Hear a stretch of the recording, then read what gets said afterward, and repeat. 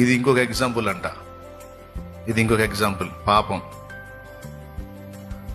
అది నీలోనికి అలా ప్రవేశించింది.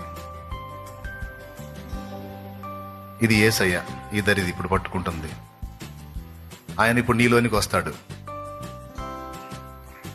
ఆయన నీలోనికి వచ్చినప్పుడు అదంతా కూడా అది అట్లా నార్మల్ అయిపోయింది. చూడండి,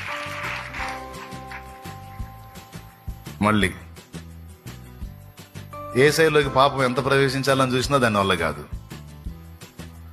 యేసయ్యలోకి ప్రవేశించడానికి ట్రై చేసినా పోసినా సరే పాపం అందులో ఆయనలో ఉండదు. మళ్ళీ యేసయ్య పాపం జోలికి వచ్చాడంటే అయిపోయింది.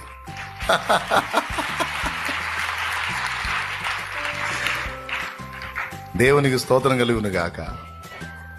యేసయ్యలోనికి పాపం వచ్చి యేసయ్యను పాడు చేసేది లేదు, కానీ యేసయ్య పాపాన్ని నాశనం చేయగలడు.